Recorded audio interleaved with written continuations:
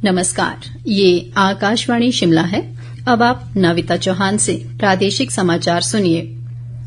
मुख्यमंत्री सुखविंदर सिंह सुक्खू ने कहा है कि कांग्रेस सरकार वर्ष 2027 तक हिमाचल को आत्मनिर्भर और वर्ष 2032 तक देश का सबसे समृद्ध राज्य बनाने का प्रयास कर रही है।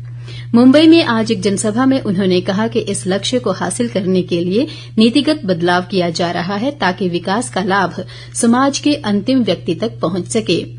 मुख्यमंत्री ने कहा कि कांग्रेस की विचारधारा ने ही विकसित भारत की सोच की आधारशिला रखी है।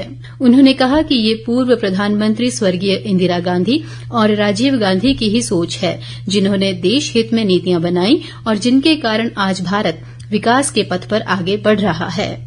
शिक्षा मंत्री रोहित ठाकुर ने कहा है कि प्रदेश सरकार गुणात्मक शिक्षा के सुदृढ़ीकरण पर बल दे रही है। शिमला जिले में चौपाल क्षेत्र के चनैर में आज नवनिर्मित विद्यालय के शुभारंभ अवसर पर उन्होंने कहा कि वर्तमान सरकार के कार्यकाल में अकेले शिक्षा विभाग में 15,000 पद भरने की स्वीकृति दी गई है। इन पदों के भरने से दुर्गम क्षेत्रों में भी अध्यापकों की कमी दूर होगी। शिक्षा मंत्री ने कहा कि सरकार द्वारा शिक्षा के सुधारीकरण की दिशा में कई कदम उठाए जा रहे हैं। इसके तहत जहां पहली कक्षा से ही अंग्रेजी विषय अनिवार्य किया गया है, वहीं शैक्षणिक सत्र के दौरान शिक्षकों के तबादलों पर रोक लगाई गई है। इसके अलावा एक्सपोजर विजिट पर शिक्षकों व छात्रों को विदेश भेजने का भी प्रावधान किया गया है। देश भर में आज राष्ट्रीय विधिक सेवा दिवस मनाया जा रहा है।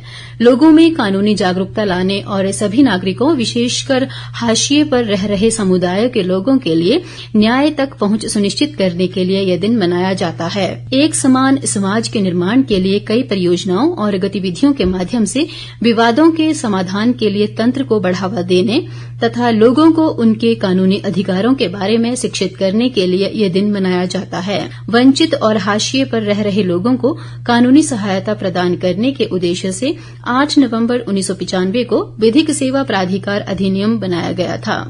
इस ऐतिहासिक कानून के परिणाम स्वरूप उसी वर्ष 5 दिसंबर को राष्ट्रीय विधिक सेवा प्राधिकरण की स्थापना की गई। तब से राष्ट्रीय विधिक सेवा दिवस हर वर्ष मनाया जाता है। प्रदेश भाजपा ने विकास के मामले में मुख्यमंत्री पर पक्षपातपूर्ण रवैया अपनाने का आरोप लगाया है। पार्टी के मीडिया विभाग के प्रमुख व विधायक रणधीर शर्मा ने एक बयान में कहा कि कांग्रेस सरकार ने जहां वर्तमान कार्यकाल में करीब 1,500 संस्थान बंद कर दिए हैं, वहीं केवल देहरा विधानसभा क्षेत्र में ही नए संस्थान खोले जा रहे हैं। उन्होंने मुख्यमंत्री से सवाल किया कि क्या ये संस्थान और कार्यालय केवल देहरा क्षेत्र में ही खोले जाएंगे या फिर अन्य विधानसभा क्षेत्रों में भी खोलने का प्रावधान है। कांगड़ा जिला के देहरा से कांग्रेस विधायक कमलेश ठाकुर ने कहा है कि ग्रामीण क्षेत्रों के समग्र विकास के लिए कारगर कदम उठाए जाएंगे। इसके लिए विभागीय अधिकारियों को कार्य योजना तैयार करने के निर्देश दिए गए हैं ताकि लोगों को बेहतर सुविधा मिल सके।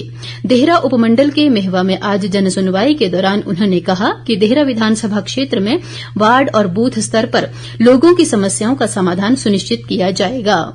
राज्य एड्स नियंत्रण समिति ने आज शिमला में मीडिया प्रतिनिधियों के साथ राज्य स्तरीय परामर्श बैठक का आयोजन किया। इस बैठक में प्रदेश में HIV पीड़ित लोगों के कल्याण और जागरूकता के लिए समिति द्वारा उठाए जा रहे कदमों की जानकारी दी गई।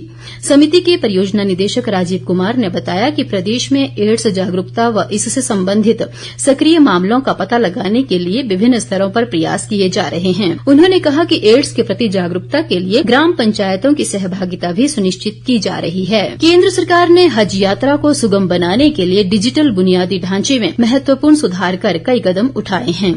इन सुधारों के माध्यम से महिलाओं की समानता को बढ़ावा दिया गया है, जिससे कि अधिक महिलाएं स्वतंत्र रूप से हज यात्रा पर जा सकती हैं। विशेषकर कम आय वाले लोगों के लिए हज यात्रा को सुगम बनाने के लिए प्रावधान किए गए हैं। राजधानी शिमला सहित प्रदेश के अधिकांश भागों में मौसम आमतौर पर शुष्क बना हुआ है। हालांकि प्रदेश में अधिकतम तापमान में 4 से 5 डिग्री की कमी दर्ज की गई है। मौसम विभाग के अनुसार मंडी और बिलासपुर जिलों के कई क्षेत्रों में आज और कल घना कोहरा का येलो अलर्ट जारी हुआ है। वहीं 11 नवंबर से मध्य और उच्च पर्वतीय 8 जिलों के कुछ स्थानों में बारिश व हल्की बर्फबारी की संभावना जताई गई है। इसी के साथ प्रादेशिक समाचार का ये बुलेटिन समाप्त हुआ। नमस्कार।